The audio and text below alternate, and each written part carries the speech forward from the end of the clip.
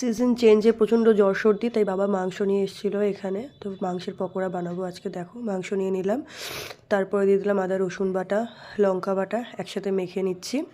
দিয়ে দিলাম হলুদ গুঁড়ো, লঙ্কার গুঁড়ো, নুন, জিরে গুঁড়ো, ধনে গুঁড়ো, একটু সামান্য বেকিং সোডা, ধনে পাতা, কুচনো লঙ্কা, ডিমের সাদা অংশ দিয়ে ভালো করে মেখে রেস্টে রেখে দিতে হবে ফ্রিজে 10 মিনিটের জন্য।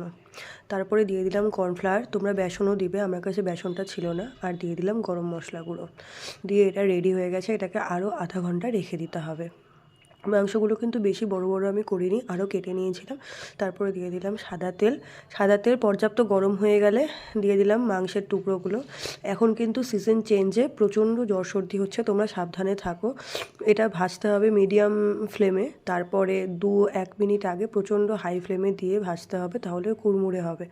গরম গরম পরিবেশন তোমরা করতে পারো এরকমভাবে চিকেন পকোড়া বা মাংসের পকোড়া।